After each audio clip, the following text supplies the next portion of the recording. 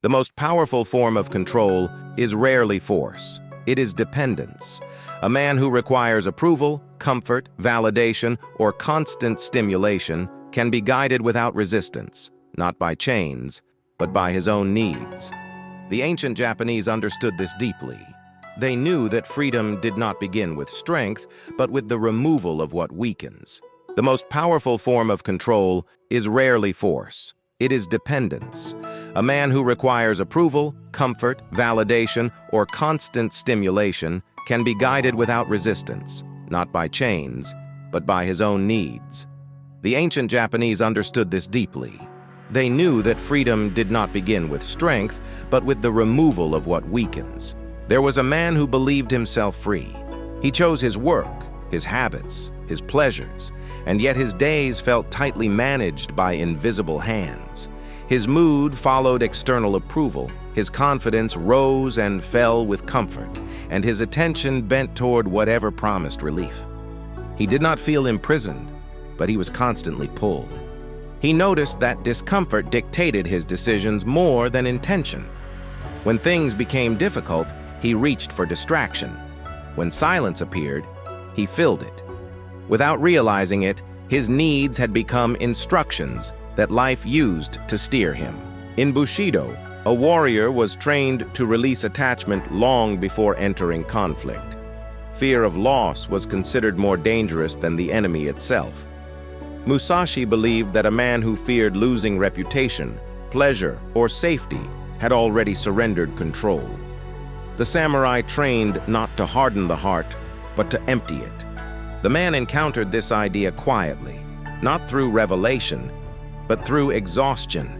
He saw how often his choices were shaped by avoiding discomfort rather than honoring purpose. His life was not chaotic, but it was reactive.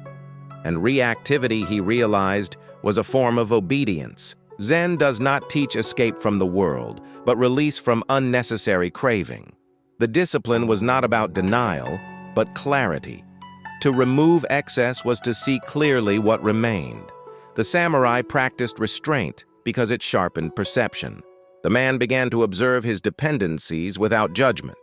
He noticed how often he reached for reassurance, noise, or ease. Instead of replacing them with better habits, he removed them. This subtraction created space, and in that space, his attention returned. Musashi believed mastery was built through small, uncompromising actions. Grand gestures were unreliable. Routine was honest. Sovereignty began with keeping one's word to oneself. The samurai did not wait to feel ready. They acted according to form. The man chose a single non-negotiable practice. He woke at the same hour, regardless of mood or circumstance. There was no reward, no narrative, only repetition. Over time, this act redefined his relationship with discomfort. In Zen, silence is not absence, but presence without interference. The samurai valued quiet because it revealed truth without distortion. Noise, they believed, weakened resolve by scattering the mind. Silence returned authority to the self. The man resisted filling every pause. He let boredom arrive and pass without intervention. Slowly, his internal dialogue softened. What remained was not emptiness, but steadiness.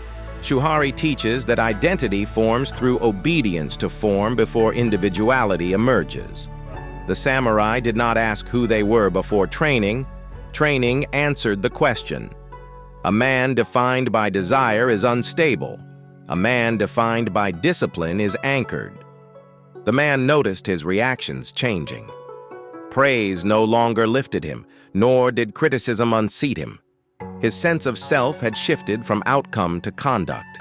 He needed less, and therefore feared less. The final lesson was not dramatic. It arrived quietly, almost unnoticed. The man realized that fewer things could move him now. Discomfort no longer dictated his choices, and approval no longer shaped his direction. The ancient Japanese understood that true freedom is internal. A man who needs nothing can stand where others collapse. He cannot be bribed by comfort or threatened by loss. And in that stillness, beyond need and noise, control dissolves. leaving only presence, discipline, and a mind that belongs to itself.